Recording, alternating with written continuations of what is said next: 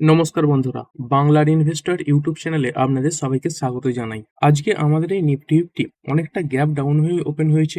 আজকের ওপেনিং কত দেখতে পাচ্ছেন 24,190, মানে 24,200 লেভেলটা ভেঙে তার নিচে ওপেন হয়েছিল এবং ক্লোজ কতই হয়েছে এই 24,238 ক্লোজ হয়েছে। এই মোটামুটি 12টা 12:30টার পর দেখতে পাচ্ছেন মার্কেট আজকের দিনের যে লো সেটা লাগিয়ে দিয়েছে। আজকের দিনের লো কত লাগিয়েছে 24,135। তবে এই 24,135 লেভেলটাকে যদি দেখেন মোটামুটি একটা ভালো রিকভারি এই নিফটি ফিফটি দেখিয়েছে। তো যেই মুহূর্তে দেখতে পাচ্ছেন মার্কেট এই আজকের দিনে লো লাগিয়েছিল, এই সময় ক্রুড অয়েলের যে প্রাইস এটা $91 কাছাকাছি পৌঁছে গিয়েছিল, কিন্তু তারপরে ক্রুড অয়েলের প্রাইস আবার পড়তে পড়তে $88 কাছে এসে যাওয়াতে এই মার্কেটে রিকভারি এসেছে। এবং এই মার্কেট পড়ে যাওয়ার পেছনে অন্যতম যে কারণগুলো ছিল সেগুলো হচ্ছে এই উইকেন্ডে বড় বড় যে কোম্পানিগুলো তাদের নাম্বার পেশ করেছিল, সেই নাম্বারের পরে মোটামুটি খারাপ রিয়াকশনই দেখিয়েছে। যেমন দেখতে পাচ্ছেন রিলায়েন্স ইন্ডাস্ট্রি এটা 0.40% পড়ে বন্ধ হয়েছে, এবং এরই পাশাপাশি এইচডিএফসি ব্যাংক এর নাম্বারটা খারাপ ছিল, তবে এই খারাপ নাম্বারে যে এতটা পড়ে যাবে, এটা এত বড় একটা ব্যাংক দেখতে পাচ্ছেন 5%-এর কাছাকাছি পড়ে গেছে, এটা কিন্তু ভাবা যায়নি। কোম্পানির নাম্বার কিছুটা দুর্বলই ছিল। দেখতে পাচ্ছেন কোম্পানির কোয়ার্টার ওয়ানের যে রেজাল্ট সেটা মার্কেটে যে অনুমান ছিল সেটাকে মিস করে গেছে, এবং এরই পাশাপাশি এই আইসিআইসিআই ব্যাংক এটা কিছুটা ভালো পারফর্ম করেছে। তবে দেখতে পাচ্ছেন এখানে কিন্তু শুরুর দিকে ভলিটিলিটি ছিল, এটা আজকে 1.16% বেড়ে বন্ধ হয়েছে। আর এই মার্কেটে যে শেয়ারগুলো সব থেকে বেশি প্রেসার তৈরি করেছে, মানে নিফটি ফিফটিতে দেখতে পাচ্ছেন এই যে এইচডিএফসি ব্যাংক এটাই 139 পয়েন্ট নেগেটিভ কন্ট্রিবিউট করেছে। এই নিফটি কত পড়েছে দেখতে পাচ্ছেন এই 95 পয়েন্ট পড়েছে। তো এই যে পড়েছে এর থেকেও বেশি খারাপ কন্ট্রিবিউট করেছে এই এইচডিএফসি ব্যাংক। তারপরে দেখতে পাচ্ছেন অ্যাক্সিস ব্যাংক, এখান থেকেও প্রেসার ছিল, 44 পয়েন্টের কাছাকাছি নেগেটিভ কন্ট্রিবিউশন ছিল। তারপরে দেখতে পাচ্ছেন এই কোটাক ব্যাংক রয়েছে 12 পয়েন্টের কাছাকাছি। মানে এই ব্যাংকিং সেক্টর আজকের দিনে খুবই খারাপ পারফর্ম করে দিয়েছে। আর এই নিফটি ফিফটি দেখতে পাচ্ছেন একটা যে রেঞ্জ ছিল 24,200 সেটাকে ভেঙে নিচে নেমেছিল, তারপরে আবার এই 24,200 উপরে ক্লোজিং দিয়েছে। তো এটা পজিটিভ ব্যাপার যে 24,200 উপরে ক্লোজ হয়েছে। যদি এই 24,200 নিচে ক্লোজ হতো তাহলে কিন্তু 24,000-এর যে লেভেলটা এটা ভাঙার একটা সম্ভাবনা থাকতো, কিন্তু সেটা এই শর্ট টার্মে নেই। যদি খুব খারাপ খবর না আসে তাহলে আবার খুব সহজে নিফটি 24,400-র কাছে যাওয়ার জন্য তৈরি হয়ে যাবে। এছাড়া দেখতে পাচ্ছেন অ্যাক্সিস ব্যাংক এই কোম্পানিরও নাম্বার এসেছিল, এইখান থেকেও বড় একটা প্রেসার ছিল, 5.37% পড়া ছিল। এখানে কোম্পানির নাম্বার কেমন ছিল দেখতে পাচ্ছেন, সেলস 10% বাড়া ছিল, ইবিটা দেখতে পাচ্ছেন 24% আপ, নেট প্রফিট 22% আপ। তো এইসব কিছু সত্ত্বেও এই কোম্পানিতে এত বড় পতন এসেছে। দেখতে পাচ্ছেন কোম্পানির যে কোর ইনকাম এটা সামান্য কম এসেছে অনুমানের থেকে, খুব বেশি যে কম এসেছে এমনটা নয়, তবে স্লিপেজ যে রেশিও এটা সামান্য বেড়েছে। তো এই সব কিছুর কারণে ব্যাংকিং সেক্টর একটা প্রেসার এসে গেছে, আর এই ব্যাংকিং সেক্টরই মূলত আজকের দিনে মার্কেটে প্রেসার তৈরি করেছে। এই কোম্পানির কোয়ার্টার ওয়ানের নেট প্রফিটে দেখতে পাচ্ছেন 23% জাম্প ছিল, এবং মার্কেটের যে অনুমান ছিল সেটা তো বিট করেছে, এবং এত কিছু সত্ত্বেও এই ব্যাংকে প্রেসার ছিল। এরপরে চলুন বিভিন্ন ইন্ডেক্স গুলো দেখে নিই। Nifty fifty 0.39% down, next fifty 0.88% পড়া, নিফটি ব্যাংক প্রায় 1%-এর কাছাকাছি ডাউন, ফাইন্যান্সিয়াল সার্ভিস 1.22% পড়েছে, মিড ক্যাপ সিলেক্ট 0.44% আপ। এরপরে 100-200 0.16% পড়েছে, এবং এই 200টা দেখতে পাচ্ছেন একদম ফ্ল্যাটিশ টাইপে বন্ধ হয়েছে। নিফটি 500 এটাও ফ্ল্যাট বন্ধ হয়েছে। আর এই মার্কেটে যে প্রেসার ছিল এটা মূলত ইন্ডেক্স ওয়াইজ ছিল। যদি ছোট ছোট ইন্ডেক্স গুলো দেখেন যেমন মিড ক্যাপ স্মল ক্যাপ, এগুলোতে কিন্তু ভালোই তেজি ছিল। এই mid cap 50 0.61% up, mid cap 100 এটা 0.60% বাড়া, এবং স্মল ক্যাপেও দেখতে পাচ্ছেন তেজি। এই স্মল ক্যাপ 100 0.16% বেড়েছে, এবং এই স্মল ক্যাপ 50 এটা 0.34% বেড়েছে। তো আপনার পোর্টফোলিওতে যদি মিড ক্যাপ এবং স্মল ক্যাপ স্টক থেকে থাকে তাহলে হয়তোবা আজকের দিনে আপনার যে পোর্টফোলিও সেটা সবুজেই বন্ধ হয়েছে। আর ওভারঅল মার্কেট বেড়ে দেখতে পাচ্ছেন পজিটিভই ছিল। এই এনএসসি তে 3,390 খানা স্টক ট্রেড হয়েছে, তাদের মধ্যে বাড়া শেয়ারের সংখ্যা কতগুলো 1,778 খানা শেয়ার বেড়েছে, এবং পড়ে যাওয়া শেয়ারের সংখ্যা কতগুলো এই 1,501 খানা শেয়ার পড়েছে। আর এরপরে সেক্টর দেখে নেব। Nifty auto 0.26% down, financial service 0.82% পড়া, এফএমসিজি 0.65% বেড়েছে, আইটি পড়েছে 0.22%, মিডিয়া 1%-এর উপরে বাড়া, মেটাল 0.86% বেড়েছে, ফার্মা বেড়েছে 1.40%, পিএসইউ ব্যাংক 2.78% বাড়া। প্রাইভেট ব্যাংকে দেখুন বড় পতন এসেছে, 2.27% পড়েছে। তো এই প্রাইভেট ব্যাংকের মধ্যে এই অ্যাক্সিস ব্যাংক, তারপরে আইসিআইসিআই ব্যাংক, এই এইচডিএফসি ব্যাংক এগুলো রয়েছে, এবং সেগুলোতে বড় পতন এসে গেছে। আর এই রিয়েলটি এটা ফ্ল্যাটিশ টাইপে বন্ধ হয়েছে, কিছুটা ডাউন ছিল। এবং ব্যাংকের মধ্যে দেখতে পাচ্ছেন এই যে কোটাক মাহিন্দ্রা ব্যাংক এটাই 1.96% পড়া ছিল। তো এই যে ব্যাংকিং সেক্টর পড়ার পেছনে এই যে ক্রুড অয়েল এরও একটা ভূমিকা রয়েছে। এই ক্রুড অয়েলের প্রাইস যখন বাড়ে তখন এই যে ইকোনমি সেটা মোটামুটি খারাপের দিকে চলে যায়, এবং যার কারণে ব্যাংকিং সেক্টরে পতন আসে। এর আগেও আমরা দেখেছি যখন ক্রুড অয়েলের প্রাইস বেড়েছে ব্যাংকিং সেক্টরে প্রেসার এসেছে, আবার অন্যদিকে ক্রুড অয়েলের প্রাইস যখন স্টেবল হয়েছে নিচের দিকে নেমেছে তখন ব্যাংকিং সেক্টরে তেজি এসেছে। আজকের দিনে যদি ক্রুড অয়েল দেখি দেখতে পাচ্ছেন এখনো সামান্য বাড়াই রয়েছে। ব্রেন্ট ক্রুড এই 88.5-র কাছাকাছি ট্রেড করছে। এই কিসের কারণে এই ক্রুড অয়েলের প্রাইস বাড়ছে দেখতে পাচ্ছেন? এই স্টেট অফ হরমুজ এটা নিয়ে তো প্রবলেম দেখা যাচ্ছেই, তারই সঙ্গে সঙ্গে এই যে রেড সি এটা নিয়েও প্রবলেম দেখা যাচ্ছে। তো এই রেড সি এটার কিন্তু একটা তেল পরিবহনের রুট, তো এটা যদি বন্ধ হয়ে যায় তাহলে কিন্তু এই যে তেলের এক্সপোর্ট সেটা আরো বেশি বাধাপ্রাপ্ত হবে, এবং তারই সঙ্গে সঙ্গে ইউএস এবং ইরানের দিক থেকে অ্যাটাক তো রয়েছে। এই দেখতে পাচ্ছেন এই নিয়ে এই আমেরিকা ইরানের ওপর প্রায় 9 দিন অ্যাটাক করে চলেছে। তারই সঙ্গে সঙ্গে ইরান এটাও দেখতে পাচ্ছেন থেমে নেই। Iran claims new wave of missile launched, নতুন নতুন মিসাইলও তারা লঞ্চ করেছে। আর এই আমেরিকা তারা কেন এত বেশি অ্যাটাক করছে দেখতে পাচ্ছেন ডোনাল্ড ট্রাম্প কি বলেছেন, US ties hit Iran in honour of American soldiers killed. তো এই যে যুদ্ধ শুরু হয়েছে এখানে 3জন আমেরিকান সোলজারের মৃত্যু হয়েছে, তো তাদের সম্মান জানানোর জন্যই আমেরিকাই ইরানের উপর অ্যাটাক করছেন, এরকমটাই তিনি দাবি করেছেন। এই ক্রুড অয়েল দেখতে পাচ্ছেন এখন তো কিছুটা লালই ট্রেড করছে 87.69। তো এখানে কখনো সবুজ দেখা যাচ্ছে, কখনো আবার লাল চিহ্ন দেখতে পাওয়া যাচ্ছে। তবে একসময় দেখতে পাচ্ছেন এই যে ক্রুড অয়েল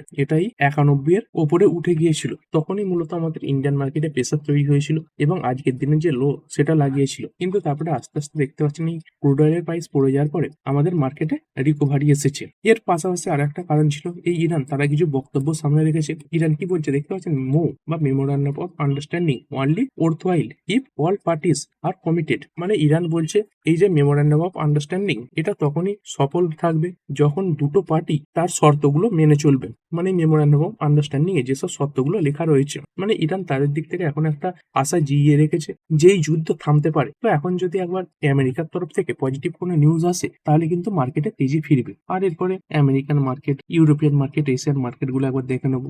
জার্মানির মার্কেট ড্যাক্স দেখতে পাচ্ছেন ফ্ল্যাট ট্রেড করছে। তারপরে ফুটসি 100 এটা 0.5% কাছাকাছি পড়া রয়েছে। ক্যাক 40 এটাও সামান্য ডাউন, এবং ইউরো স্টক্স এটা একদম ফ্ল্যাট টাইপে ট্রেড করছে। আর এরপরে এশিয়ান মার্কেট দেখে নেবো। এই জাপানের মার্কেট আজকের দিনে তো ক্লোজ রয়েছে দেখতে পাচ্ছেন, এই 17 সাথে লাস্ট ট্রেডিং হয়েছে। তারপরে এই সাংহাই এটা 0.85% আপ। তারপরে এই হ্যাংসাং দেখতে পাচ্ছেন 2.34% বেড়েছে, এবং সাউথ কোরিয়ার মার্কেট এটা 4.46% পড়া ছিল। মানে এই চায়নার যে মার্কেট গুলো এগুলোতে তেজি ছিল, অন্যদিকে সাউথ কোরিয়ার মার্কেট এখানে পতন ছিল। আর এই আমেরিকান মার্কেটের ফিউচার্স গুলো কেমন কি ট্রেড করছিল, এই ডাউ জোন্সের ফিউচার্স এখানে দেখতে পাচ্ছেন পজিটিভিটি দেখতে পাওয়া যাচ্ছে, এবং এর পাশাপাশি এই যে নাসডাক ফিউচার্স এখানেও 1%-এর কাছাকাছি তেজি এই মুহূর্তে রয়েছে। আর এরপরে চলুন মার্কেটের টপ গেনার লুজার গুলো দেখে নেবো। তারপরে কিছু Q1 রেজাল্ট আলোচনা করবো। টপ গেনারের টোয়েন্ট ফার্মা এর নাম দেখতে পাওয়া যাচ্ছে 4.5%-এর উপরে বাড়া। তারপরে পাঞ্জাব ন্যাশনাল ব্যাংক 5.61% আপ। তারপরে জিএসডব্লিউ এনার্জি 4.64% বেড়েছে। স্নাইডার ইলেকট্রিক এটা বেড়েছে 4.57%। তারপরে গ্যাব্রিয়েল ইন্ডিয়া 4.44% বেড়েছে।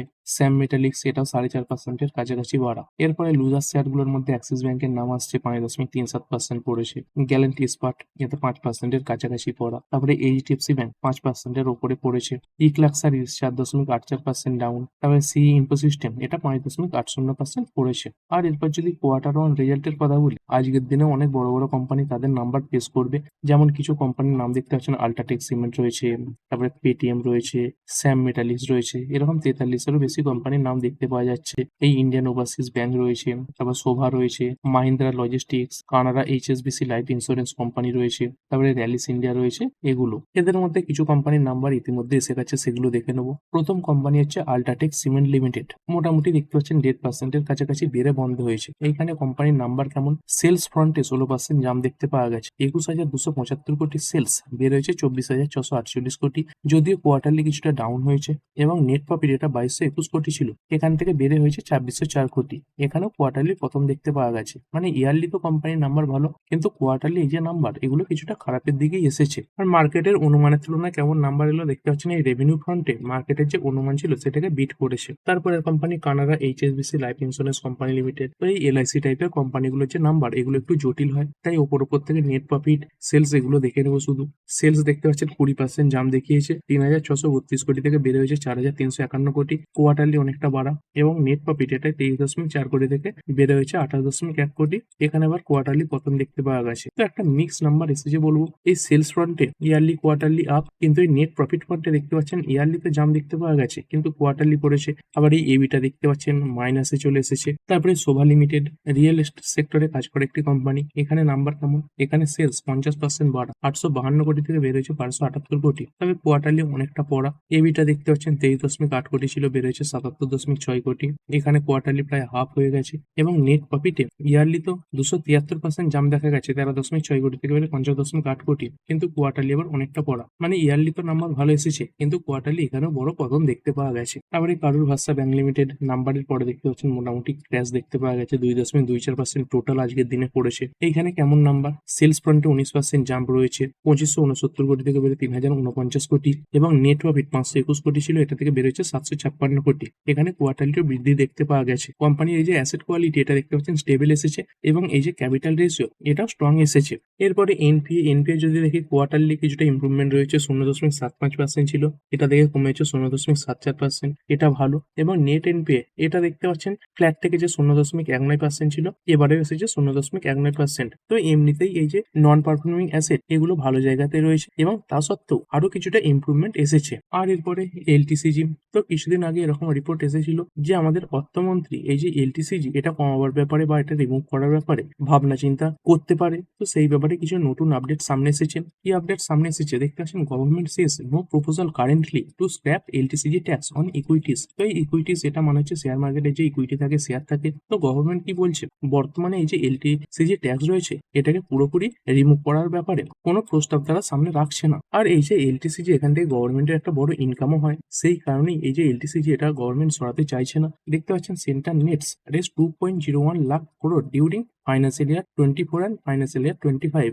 Villa LTCG on equities. তো এই যে ইকুইটি বিক্রি করা হয়, সেখান থেকে গভর্নমেন্ট যে ট্যাক্স নেয়, এলটিসিজি নেয়, 1 বছরের বেশি সময় লাগলে যে ট্যাক্স দিতে হয়, তো সেখান থেকে দেখতে পাচ্ছেন এই ফাইন্যান্সিয়াল ইয়ার 24 এবং 25 গভর্নমেন্ট 2.01 লাখ কোটি টাকা ইনকাম করেছে। এবং বর্তমানে সরকার বলে দিচ্ছে এই যে এলটিসিজি এটা রিমুভ করার ব্যাপারে তাদের কোনো প্রস্তাব নেই। তো যদি এরকম পজিটিভ খবর আসতো এলটিসিজি ট্যাক্স গভর্নমেন্ট সরাবে, তাহলে মার্কেটে একটা বড় র্যালি আসতে পারতো, কিন্তু সেই আশা বর্তমানে নেই। আর ভিডিও শেষে নিফটির মধ্যে আজকে 36টা কোম্পানি সবুজে বন্ধ হয়েছে এবং 14টা কোম্পানি লাল নিশানে বন্ধ হয়েছে। আর এদের মধ্যে কোনগুলো সব থেকে ভালো এবং সব থেকে খারাপ পারফর্ম করলো, ভালোর দিকে দেখতে পাচ্ছেন ট্রেন্ড রয়েছে 3%-এর ওপরে বাড়া, power grid 2% up, Nestle India 1.8% বেড়েছে, এনটিপিসি বেড়েছে 1.65%, এবং ভারতী এয়ারটেল 1.63% বেড়ে বন্ধ হয়েছে। আর লুজার শেয়ার কোনগুলো, Axis bank 5.37% down, HDFC bank 5% পড়া, মারুতি 2.06% পড়েছে, কোটাক ব্যাংক পড়েছে 1.96%, এবং জিও ফাইন্যান্স এটা 1.66% পড়ে বন্ধ হয়েছে। তো ঠিক আছে বন্ধুরা, আশা করছি ভিডিওটা আপনাদের ভালো লেগেছে।